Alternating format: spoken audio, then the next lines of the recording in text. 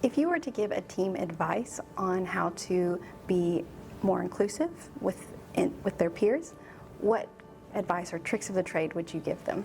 Well, this is the subject of my PhD, so I have given this some thought. What I found with my PhD, and let me say that the way that I did this was deep dive interviews with people, but then I also sat and just observed a team meeting over a period of a couple of months. So I watched people doing these behaviours as well. And it seems that people include others in an unconscious or sometimes a conscious way by doing three things.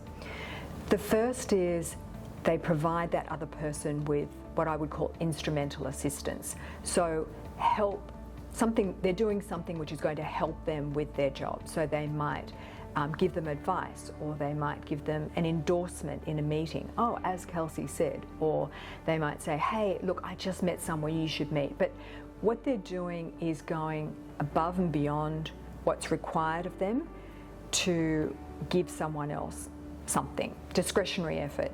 And when they do that, that makes the other person think, I was in your mind, you were thinking about me. So it makes them feel included. That's the first set of characteristics or behaviours. The second set of behaviours is more in the nature of a sort of social element, and I would call this emotional bond. So you're doing things for someone that create an emotional bond between you.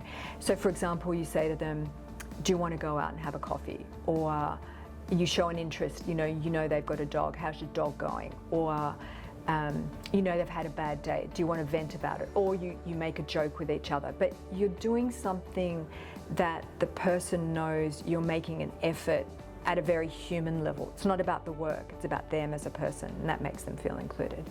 And then the last set of things that people do actually are very, I'm going to say, physical in nature. I would, use a fancy term, embodied connection, but basically we use our bodies to make someone feel included. So when you smile at someone, your non-verbal cues, as opposed to just looking impassively, they're talking and you've got nothing going on in your face, or the way you shake their hand, or the way that you say, hey, come sit next to me, or you notice someone standing just outside the circle and you let them into the circle.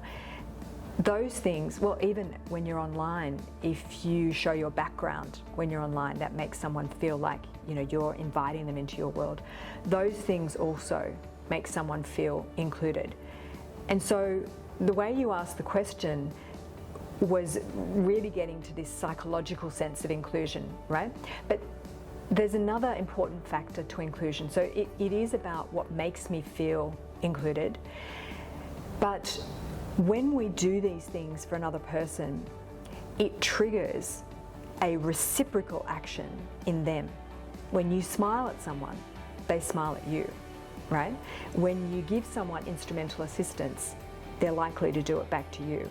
So what that means is that these behaviours not only create a positive psychological environment, but they also help you to do your work better. So when you include someone else, it's actually lifting your own individual performance, because you give someone a piece of advice, they're likely to give you a piece of advice. So it's actually good for you as an individual, and therefore it's good for the team, because you're building the human capital within the team. So it has multiple positive impacts beyond just making you feel good.